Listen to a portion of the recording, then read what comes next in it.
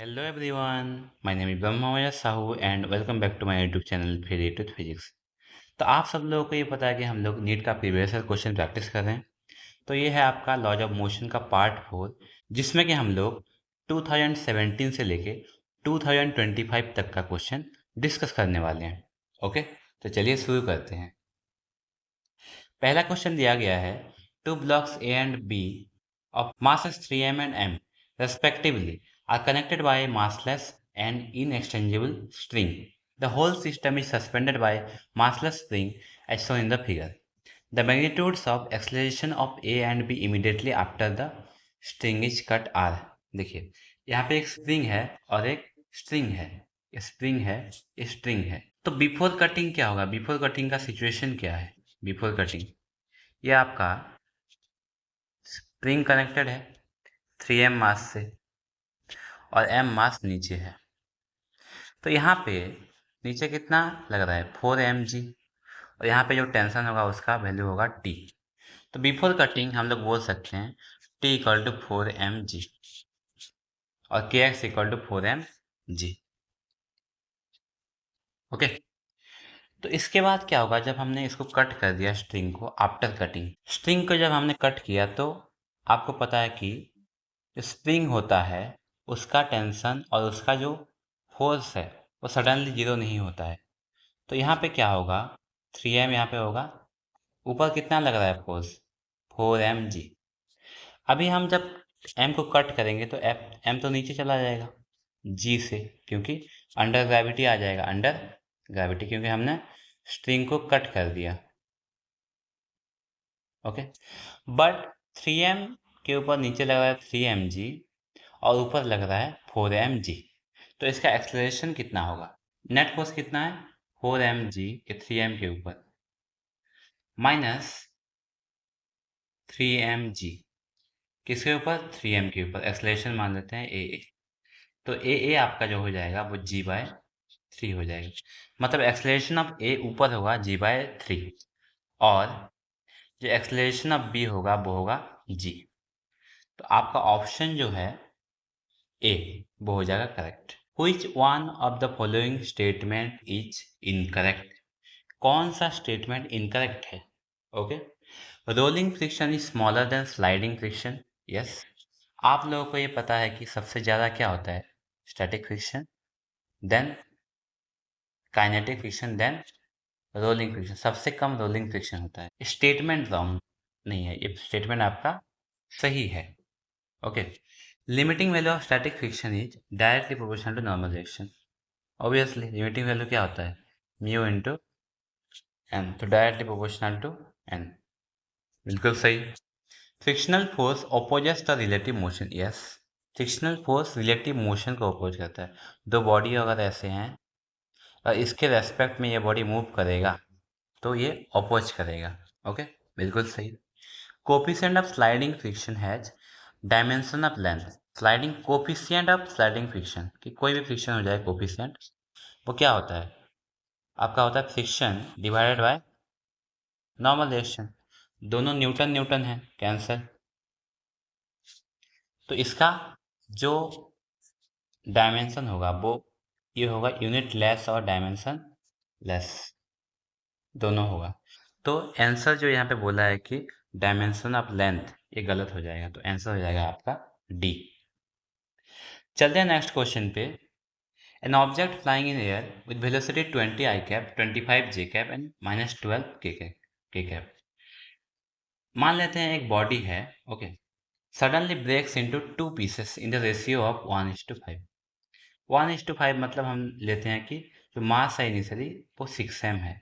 अब वेलोसिटी कितना है? 20 i cap plus 25 j cap -12 k cap।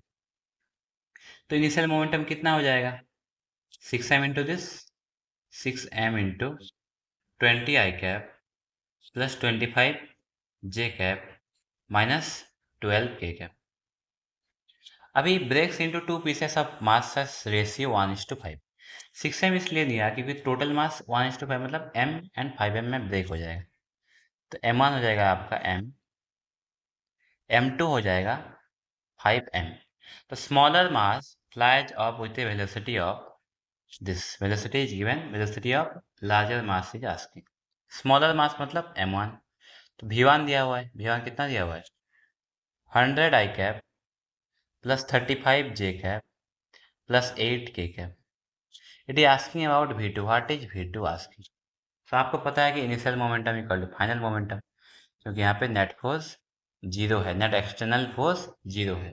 Okay, तो यहाँ पे मल्टीप्लाई करते हैं 6 से हम 20 I cap plus 25 J cap minus 12 K cap is equal to m into 100 I cap plus 35 J cap plus 8 K cap. Okay, plus 5m into कितना हो जाएगा v2, 5m इंटू v2। तो यहाँ पे v2 आप कैलकुलेट कर लीजिएगा, तो v2 आपका आ जाएगा, यहाँ पे v2 आ जाएगा 4 आई कैप प्लस 23 जे कैप माइनस 16 के कैप। तो आंसर आपका हो जाएगा ए। ओके, तो कंजर्व कर देना है momentum, initial momentum equal to final momentum, क्योंकि यहाँ पे नेट फोर्स जीरो है, नेट फोर्स जीरो है। ओके, तो चलते हैं नेक्स्ट क्वेश्चन पे। नेक्स्ट क्वेश्चन आपका बोला है कि a particle moving with velocity v is acted by three forces shown by the vector triangle PQR, the velocity of the particle। देखिए यहाँ पे तीन फोर्सेस दिया गया है, मान लेते हैं ये F1 है, ये F2 है और ये F3 है। तो तीन फोर्सेस क्या है, इनका जो रिजल्टेंट हम लोग निकालेंगे तो क्या आएगा F1 plus F2 plus F3, zero हो जाएगा। मतलब नेट फोर्स क्या है, नेट फोर्स जीरो है। तो बोला कि वेलोसिटी ऑफ द पार्टिकल कितना होगा, वेलोसिटी ऑफ द पार्टिकल मतलब चेंज होगा, इंक्रीज होगा, डिक्रीज होगा, change according to P Q और remains constant.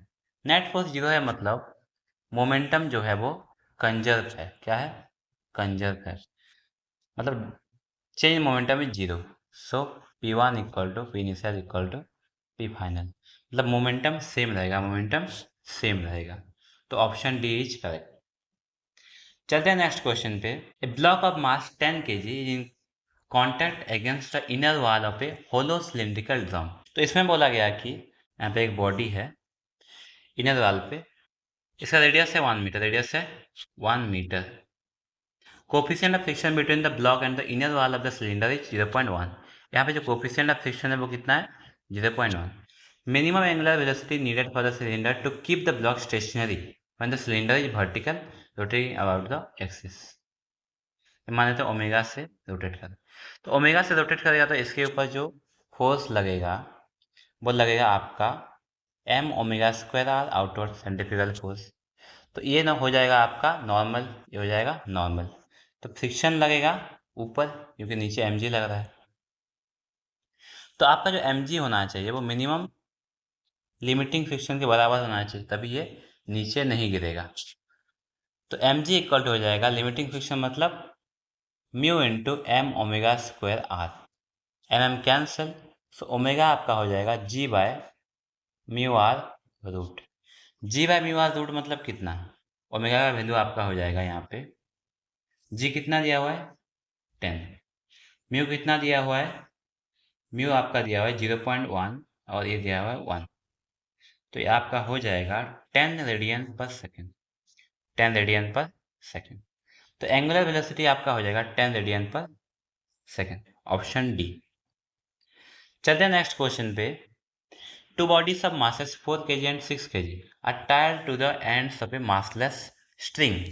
The string passes over a pulley which is frictionless. The acceleration of the system in terms of acceleration due to gravity. आपको पता है कि इस case में अगर दो मासेस है, एक पुली में ऐसे हमने इसको स्ट्रिंग के थ्रू कनेक्ट कर दिया, ये m1 है, m2 है ये, और m2 is greater than m1, तो फ्रिक्शनलेस है तो ये ऐसे जाएगा ए से, ये नीचे जाएगा। तो एक्सेलरेशन का फॉर्मूला क्या होता है m2 minus m1 by m1 plus m2 into G. तो एक्सेलरेशन आ जाएगा आपका 6 minus 4 divided by 6 plus 4 into 10, तो कितना आ जाएगा, और जी सीधा दे देते हैं जी। तो ये आपका हो जाएगा 2g/10 और सिंपली g/5। यहाँ पे और एक टेक्निक भी यूज कर सकते हैं। देखिए यहाँ पे एक्स्ट्रा फोर्स कितना लग रहा है 6g, यहाँ पे 4g। तो एक्सलेशन जो आएगा उसका आएगा 6g minus 4g by total mass कितना 10, कितना आ गया g/5। तो आंसर आपका हो जाएगा बी, आंसर हो जाएगा बी। नेक्स्ट क्वेश्चन दिया गया है a ball of mass 0.15 kg is dropped from a height 10 metre. एक बॉल को हमने ड्रॉप किया कितने हाइट से 10 मीटर हाइट से, कितने हाइट से 10 metre. Strikes the ground and rebounds to a same height. देखिए यहाँ पे स्ट्राइक्स करेगा ग्राउंड पे, मान लेते हैं v1 वेलोसिटी से स्ट्राइक, फिर से रिबाउंड हुआ v वेलोसिटी से v, ओके, सेम हाइट पे पहुंच गया। तो बोला कि इम्पल्स कितना होगा। यहाँ पे इम्पल्स कितना होता है, इम्पल्स क्या होता है, इम्पल्स होता है change in momentum, change in moment. जब बॉडी और बॉल जब नीचे आ रहा था तो वेलोसिटी कितना होगा, velocity equal to 2g h root. तो कितना हो जाएगा 2 इंटू 10 इंटू 10, मतलब 10 रूट टू 10 और √2 मीटर पर सेकेंड। जब ऊपर जाएगा तो 10 √2 मीटर पर सेकेंड, ओके। तो चेंज कितना हुआ वेलोसिटी में, चेंज हुआ आपका v माइनस v, क्योंकि डायरेक्शन चेंज हो गया 2mv। तो 2 इंटू 0.15 इंटू 10√2, तो अप्रोक्सीमेटली आपका आ जाएगा 4.2 kg मीटर पर सेकेंड। तो इम्पल्स आ जाएगा 4.2 kg मीटर पर सेकेंड। तो आपका आंसर जो हो जाएगा वो हो जाएगा B. In the diagram shown the normal reaction force between 2 kg and 1 kg। देखिए यहाँ पे 3 बॉडीज हैं जिसमें कि आपका फोर्सेस लग रहा है, ओके। तो यहाँ पे 3 बॉडीज है, तो पहले इसका एक्सेलरेशन निकालते हैं। ये नेट फोर्स ऊपर लग रहा है तो एक्सेलरेशन ऊपर ही आएगा, कितना आएगा, ऊपर कितना फोर्स लग रहा है, यहाँ पे ऊपर लग रहा है आपका 60 न्यूटन, ओके। तो ऊपर लग रहा है 60 माइनस 80 माइनस, देखिए इन सब की वजह से g sine theta g sine theta g sine theta नीचे लगेगा, ओके। तो 1 + 2 + 3 into g sine theta equal to 1 + 2 + 3 into A, acceleration of the system, okay. इन 3 मासेस का एक्सलेशन कितना होगा, ये 60 माइनस 18 माइनस कितना आएगा, माइनस आपका आएगा 6 इंटू जी मतलब 10 1/2 इक्वल टू 6a। तो ये आपका आ जाएगा 330। एक्सलेशन जो आपका आएगा वो 12/6 equal to 2 metre per second square, 2 metre per second square. तो एक्सलेशन 2 आ गया। अभी कॉन्टैक्ट फोर्स निकालना है 2 और 1 के बीच में। तो ये मान लेते हैं 1 kg का है, ये है आपका 2 kg इधर।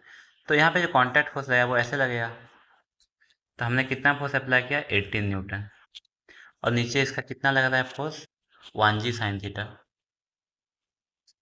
और ये नीचे जा रहा है ए से, ओके। ए कितना है 2 metre per second.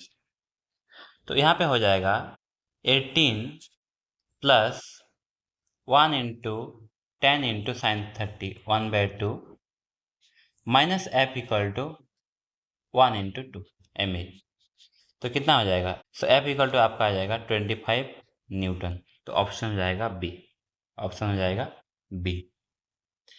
Next question दिया गया है calculate the maximum acceleration of a moving car so that a body lying on the floor of the car remains constant और stationery.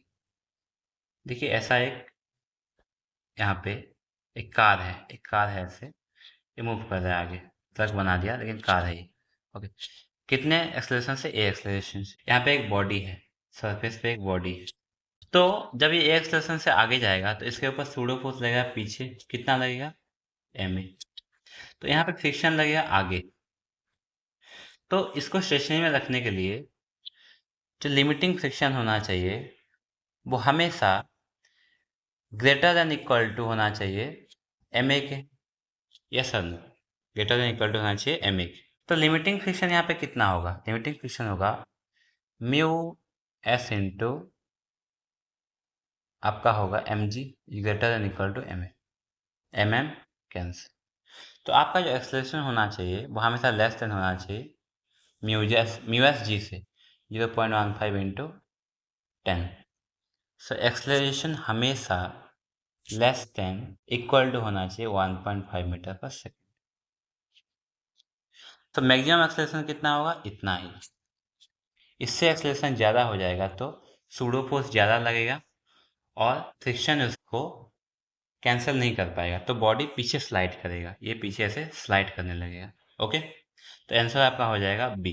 A football player is moving southward and suddenly turns eastward with the same speed to avoid an opponent, the force that acts on the player while turning। यहाँ पे पूछा है force, तो force कैसे निकालेंगे? Force हम लोग calculate कर सकते हैं अगर हम लोग एक्सेलरेशन कैलकुलेट कर लेते हैं तो। Yes sir no? Force equal to acceleration into mass, mass into acceleration. तो एक्सेलरेशन हम कैसे कैलकुलेट करेंगे? डायरेक्शन दिया है ईस्टवर्ड साउथवर्ड, तो पहले हम डायरेक्शन ड्रॉ कर लेते हैं। North, east, south, west. तो पहले किस डायरेक्शन में मूव कर रहा था? साउथ डायरेक्शन में। पहले साउथ डायरेक्शन में मूव कर रहा था ऐसे। तो ये हो गया V1। ये मान लेते हैं आई कैप, जे कैप, माइनस आई कैप, माइनस जे कैप। तो इनिशियल वेलोसिटी ये है। ओके, फाइनली वो किस डायरेक्शन में टर्न किया? ईस्ट में।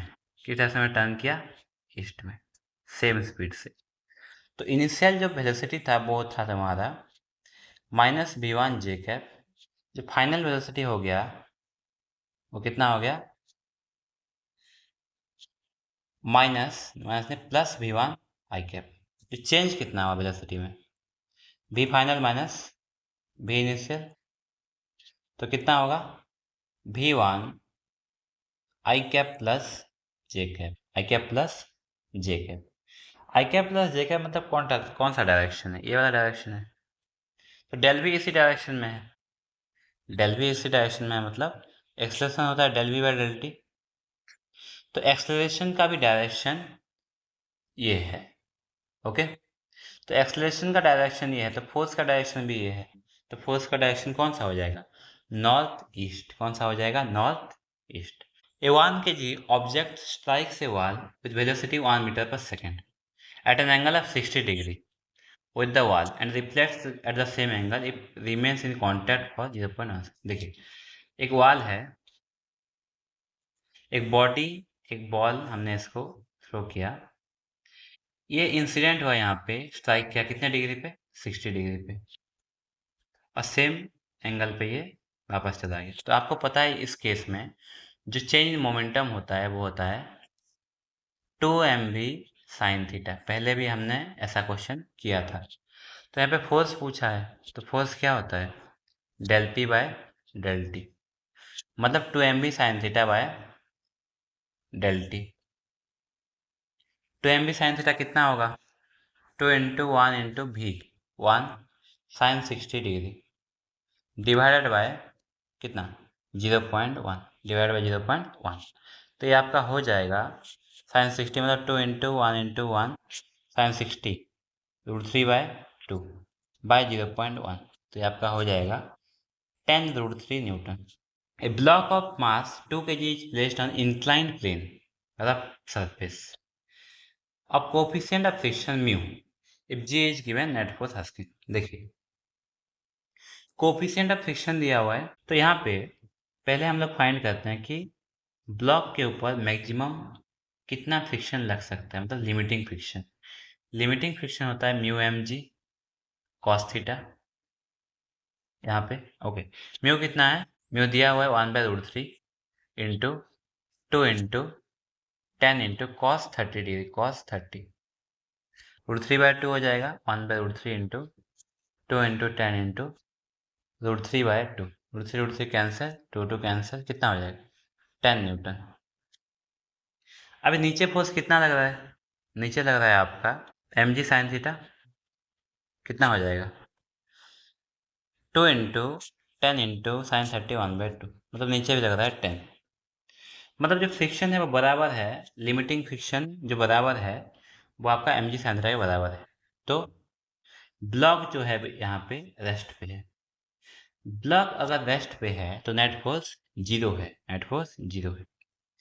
इसको करने का और एक सिंपल मेथड है, आप यहाँ पे एंगल ऑफ रिपोज निकालिए। एंगल ऑफ रिपोज क्या होता है?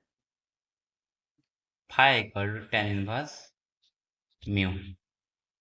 टेन इनवर्स म्यू मतलब टेन इनवर्स 1/√3। तो कितना हो जाएगा? 5, 30 डिग्री हो जाएगा। इसका मतलब 30 डिग्री पे अगर म्यू है इतना तो 30 डिग्री पे वो रेस्ट पे रहेगा। ओके, तो नेट फोर्स जीरो हो जाएगा। अगर एंगल 30 डिग्री से ज़्यादा होता है तो वो नीचे स्लाइड करना शुरू करेगा। ओके, चलते हैं नेक्स्ट क्वेश्चन पे। Horizontal force 10 newton is applied on the block A. 10 newton apply किया। The mass of block A and B 2 kg and 3 kg। The block slides over frictionless surface. The force exerted by the block A on B. देखिए यहाँ पे contact force पूछा है, तो पहले हम लोग एक्सेलरेशन निकाल लेते हैं। कितना एक्सेलरेशन आएगा? एक्सेलरेशन आएगा total force by total mass. So this is 10/2 + 3। कितना आ जाएगा? 2 metre per second square. Acceleration at. अभी फ्री बॉडी डायग्राम बनाते हैं हम लोग 2 किलो का। तो कितना फोर्स एक्ट कर रहा है इधर? 10 न्यूटन। मान लेते हैं कॉन्टैक्ट फोर्स F है, मास है 2 kg, एक्सेलरेशन से ज़्यादा है A। तो क्या मैं यहाँ पे लिख सकता हूँ 10 minus F equal to 2 into A. 10 minus F equal to 2 into 2, 2 into 2। तो जो आपका यहाँ पे F का जो वैल्यू आ जाएगा वो कितना आ जाएगा? F का वैल्यू आ जाएगा 6 न्यूटन, 6 न्यूटन। तो आंसर हो जाएगा C. A box of mass 5 kg is pulled by a cord up along a frictionless plane inclined at angle 30 degree with the horizontal. The tension in the cord is 30 Newton. The acceleration of the block will be c. एक ऐसे incline plane है, frictionless है। यहाँ पे एक block रखा हुआ है जिसपे हमने फोर्स लगाया कितना? 30 न्यूटन। तो नीचे कितना लगेगा? M G sine theta. तो इसकी वजह से ऊपर जाएगा अगर ऊपर का फोर्स ज़्यादा होता है तो। अगर 30 newton greater than M G sine 30 तो ये ऊपर जाएगा। कहाँ जाएगा? ऊपर, एलोंग द प्लेन। तो देखते हैं कि कितने ऊपर जाएगा। M A equal to 30 minus M G sine 30, मतलब एम कितना दिया हुआ है? 5 इंटू 10 इंटू 1/2। कितना आ जाएगा? एम कितना है? 5 इंटू ए इक्वल टू 5। तो ए हो जाएगा यहाँ पे 1 मीटर पर सेकेंड स्क्वायर। तो एक्सेलरेशन ऑफ द ब्लॉक हो जाएगा 1 metre per second square. A ball of mass 0.5 kg is dropped from a height 40 metre. देखिए 40 मीटर हाइट से एक बॉल को ड्रॉप किया। इट हिट्स द ग्राउंड, मान लेते हैं हिट किया V1 से, and again rebounds to a height of 10 metre. कितना मीटर? 10। तो 10 मीटर गया है तो दूसरे वेलोसिटी से रिबाउंड करेगा। ओके, और बाउंस करेगा। तो इम्पल्स पूछा है। इम्पल्स क्या होता है? Change in momentum. तो चेंज इन मोमेंटम निकालते हैं यहाँ पे। तो चेंज मोमेंटम क्या होगा यहाँ पे? क्योंकि इनिशियल वेलोसिटी नीचे है और फाइनल वेलोसिटी अपवर्ड है, तो चेंज इन मोमेंटम हो जाएगा m v1 प्लस v2, क्योंकि डायरेक्शन अपोजिट है। v1 क्या होगा? Root of 2g(h1). ये कितना का? Root of 2g(h2). तो पुट कर लीजिए यहाँ पे। Del p equal to m into root of 2g(h1) plus root of 2g(h2). m कितना है? 0.5। 2g(h1) है 2g(h2). इनिशियल वेलोसिटी यहाँ पे 0 है ना, इसलिए हमने इक्वेशन ऑफ मोशन यहाँ पे पुट किया। स्क्वायर में ऐसे उसका इक्वल टू 2as। ओके, तो ये कितना हो जाएगा? 2g(h1) मतलब 2 इंटू 9.8 इंटू h1। h1 मतलब आपका हो जाएगा 10, 40 प्लस 2 इंटू 9.8 इंटू 10। इसको आप लोग कैलकुलेट कर लीजिएगा तो डेल पी आपका आ जाएगा अप्रोक्सीमेटली 21 न्यूटन सेकेंड। तो आंसर हो जाएगा आपका सी।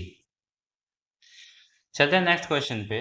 There are two inclined surfaces of equal length L, same angle of inclination 45 degree with the horizontal. One of them is rough and the other is perfectly smooth. A given body takes 2 times as much as time to slide down on a rough surface. देखिए बहुत अच्छा question है। ऐसे दो surface दिया हुआ है, दो इंक्लाइन प्लेन दिया हुआ है।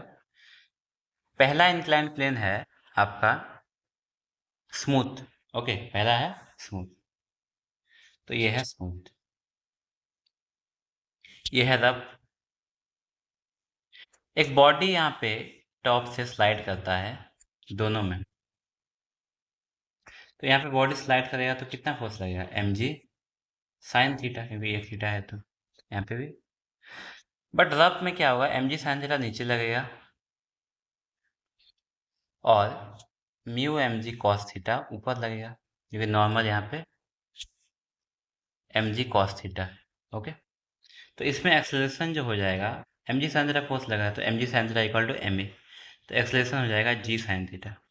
सेकेंड केस में आपका ma जो हो जाएगा वो नीचे लग रहा है mg sine theta minus mu mg cos theta, क्योंकि म्यू के यहाँ पे हो जाएगा, क्योंकि काइनेटिक फ्रिक्शन है, बॉडी मूव कर रहा है। ओके, तो यहाँ पे जो एक्सेलरेशन हो जाएगा आपका g साइन थीटा, यहाँ पे जो एक्सेलरेशन हो जाएगा वो हो जाएगा g sine theta minus mu K G cos theta.